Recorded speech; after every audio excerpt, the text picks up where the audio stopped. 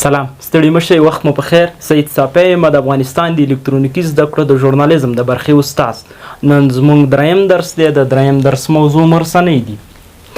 رسنۍ د ژورنالېزم په برخه کې د پیغام، اطلاعاتو او معلوماتو لیږدونې وسیلې دي. د همدې وسیلو له لارې یو ژورنالیست خپل چمتو شوي معلومات خلکو ته وړاندې کوي. پیغام، اطلاعات او معلومات خبریال راخلي د برېښنایي او چاپي رسنیو له لارې خلکو ته وړاندې کوي. پیغام، اطلاعات، معلومات یو خبریال راخلي د برېښنایي او چاپي رسنیو له لارې خلکو ته وړاندې کوي. برېښنایي رسنۍ څه شی دي او چاپي رسنۍ څه شی دي؟ برېښنایي رسنیو کې راډیو، تلویزیون او هغه څه چې د برېښنا پر مټ ترې کار اخیستل کېږي برېښنایي رسنۍ دي. چاپي رسنۍ ورځپاڼې دي، میاشتنۍ دي، مهالنۍ دي، بروشرې دي، هغه څه چې چاپیږي دغه ټول چاپي رسنۍ دي. په لویه کچه رسنۍ موږ په دوه ډولو باندې ویشو. دوه ډولونه یې څه دي؟ یو دولتي او یعنې عامه رسنۍ دي، بل خصوصي رسنۍ دي. دولتي عامه رسنۍ عامو خلکو پورې اړه لري او د دولت د اعلانونو لوري تمویلیږي. په دې رسنیو کې ښه مثال د افغانستان ملي راډیو تلویزیون کېدای شي. دا یوه دولتي رسنۍ ده چې دولت پورې اړه لري، د دولت د اعلانونو لوري تمویلیږي، عام خلک یې ګوري. بل خصوصي رسنۍ دي. دا رسنۍ حقیقي اشخاصو، سیاسي، اقتصادي، ټولنیزي او فرهنګي سازمانونو پورې اړه لري. دا خصوصي وي، د یو چا لخوا خصوصي جوړیږي. مثلا په افغانستان کې شمشاد نیوز شو، شمشاد راډیو تلویزیون شو، تلو نیوز شو، لمر تلویزیون شو، ژوندون تلویزیون شو. داسې ډېر مثالونه شته دي. د څرنګوالي له پلوه رسنۍ په افغانستان او ټوله نړۍ کې په څلورو ډولونو ویشل شوي دي.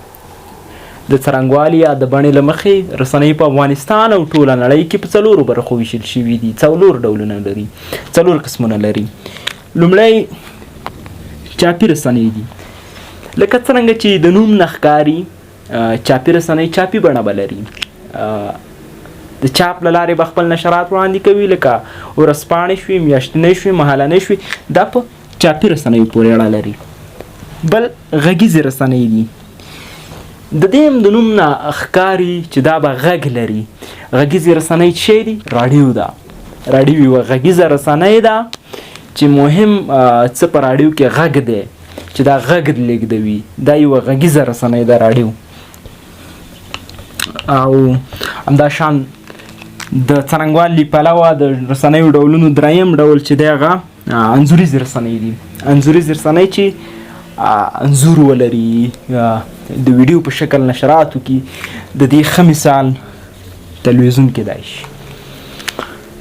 همدا شان وروستی ډول انټرنیټي رسنۍ دي.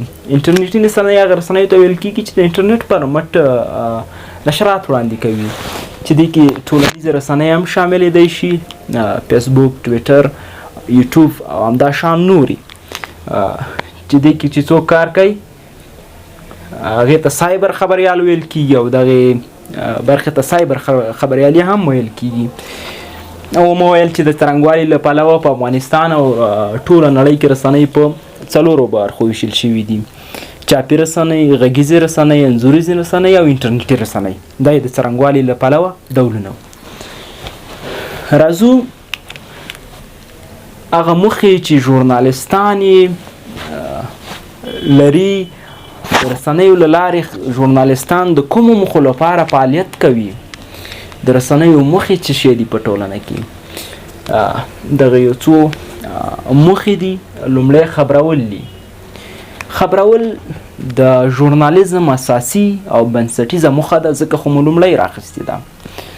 ژورنالېزم طبعا خبرول کوي، خلک له نویو او تازه پیښو خبروي.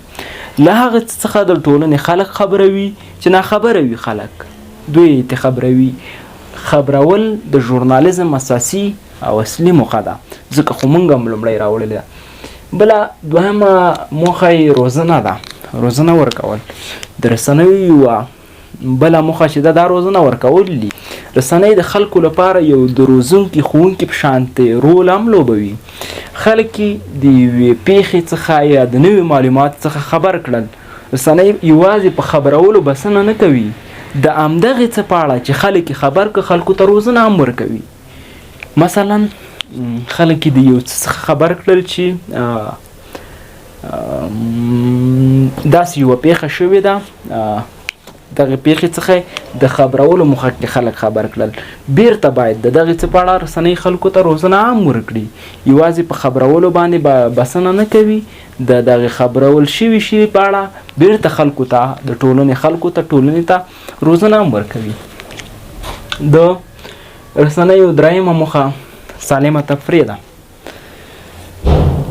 دا یوازې تفریح نه ده، د تفریح لفظ موږ په سالمه قیته وو چې سالمه تفریح باید رسنۍ خلکو ته سالمه تفریح ورکړي، او دا موخه د دې لپاره ده چې خلکو ته ذهني ارامتیا رامنځته کړي او د خلک له ژوند څخه ډېر ستړي شوي وي، د کارونو څخه نور رسمي کارونو څخه د ډېرو کارونو څخه ستړي شوي، نو رسنیو ته راځي تر څو دلته یوه سالمه تفریح رامنځته شي او سالمه تفریح ورکړي. رسنۍ ورته هم سالمه تفریح ورکوي. د رسنیو تفریح باید سالمه وي. هغه خپرونه چې تفریحي بڼه لري باید مهم پیغامونه هم ولري چې ټولنې ته پکې وړاندې شي. یوازې تفریح باندې باید بسنه پکې ونه شي، او د تفریح ترڅنګ باید یو سالم پیغام هم ټولنې ته وړاندې شي. د رسنیو څلورمه موخه لارښوونه او تنظیم دی.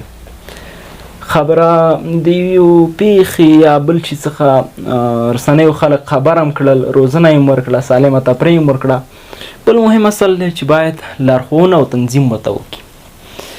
رسنۍ د ټولو خلکو لپاره، د ټولنې خلکو لپاره، د ټولنې اوسیدونکو لپاره د لارښود استاد حیثیت لري چې باید دوی ته لارښوونه او تنظیم وکړي. مثلا کوویډ-19 ناروغي په ټوله نړۍ کې رامنځته شوله. رسنیو خلک خبر کړل چې دغه ناروغي په چین کې رامنځته شوله او شاید نورې نړۍ ته هم وغځېږي، چې هماغسې وشو، ټولې نړۍ ته وغځېدله. اوس په کار و چې رسنۍ خلکو ته لارښوونه کړي. دوی ورته لارښوونه هم ورکړله، بار بار یې پیغامونه نشر کړل چې لاسونه مو بار بار پرېمینځئ. همدا شان هغه نورې کومې اړینې سپارښتنې چې د کوویډ-19 په اړه وي، دا رسنیو خلکو ته وړاندې کړه چې دا د رسنیو تر ټولو مهمه او وروستۍ دنده ده چې ترسره کوي یې. زموږ په شان یو جګړه ځپلي هیواد لکه افغانستان چې دی، دلته باید د رسنیو زیاتره خپرونې په ښوونه او روزنه وي. مثلا دلته باید زموږ رسنۍ تر 80 یا 90% خپرونې بڼه یې چې وي دا د ښوونې او روزنې وي، ځکه دا خلک ښوونې او روزنې ته اړتیا لري. نه، دلته باید تفریح ته سالمه تفریح چې کومه ده، دلته باید رسنۍ 15 یا 10% برخه ارزښت ورکړي. بدبختانه چې زموږ په ټولنه کې لکه څومره چې د روزنې خپرونې ته ضرورت دی، د روزنې نشراتو ته ضرورت دی، په هغه بڼه نه دي ترسره شوي. زموږ هم هیله ده چې ترسره شي.